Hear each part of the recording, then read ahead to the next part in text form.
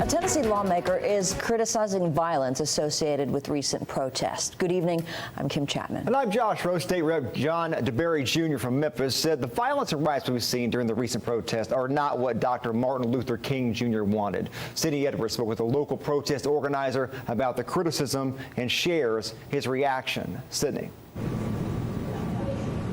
Josh and Kim, Representative DeBerry says he stood up in that newsroom for his father's legacy, one where he and his father stood years ago in Memphis with Dr. Martin Luther King Jr. and his followers. House Representative John J. DeBerry Jr. took the floor and described the era he and his generation lived in. I'm one of those individuals who rode on the back of the bus, on the back seats that were not cushioned because the law said I had to.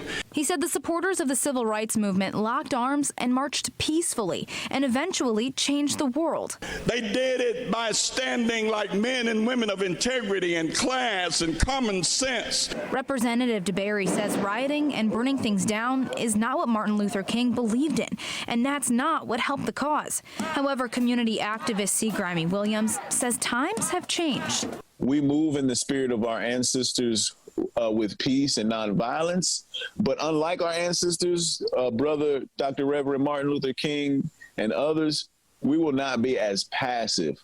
Williams says the risk of speaking out or being aggressive was heightened in the 1960s. American justice system at that time, a black man, a black woman standing up for black rights could not only be killed but have their family tormented. In today's day and age, Williams says his message is to protest peacefully, but he understands pushback. While I personally do not agree with destruction of property or violence towards another person, I totally understand the righteous rage of a person, especially a black person, who was fighting for the movement of Black lives. Representative DeBerry says peaceful protests end in peace and anarchy ends in chaos. You tell me that somebody got the right to tear down property that Tennessee taxpayers paid for? What kind of people have we become? He closed out his speech calling on people to, quote, start acting like we've got some guts. Now, C. Grimey Williams says what he believes needs to happen is there needs to be more millennials and Generation Z people in these positions of power so that they can represent the current workforce that is helping America thrive. Reporting live from the newsroom, Sydney Edwards for Fox Chattanooga.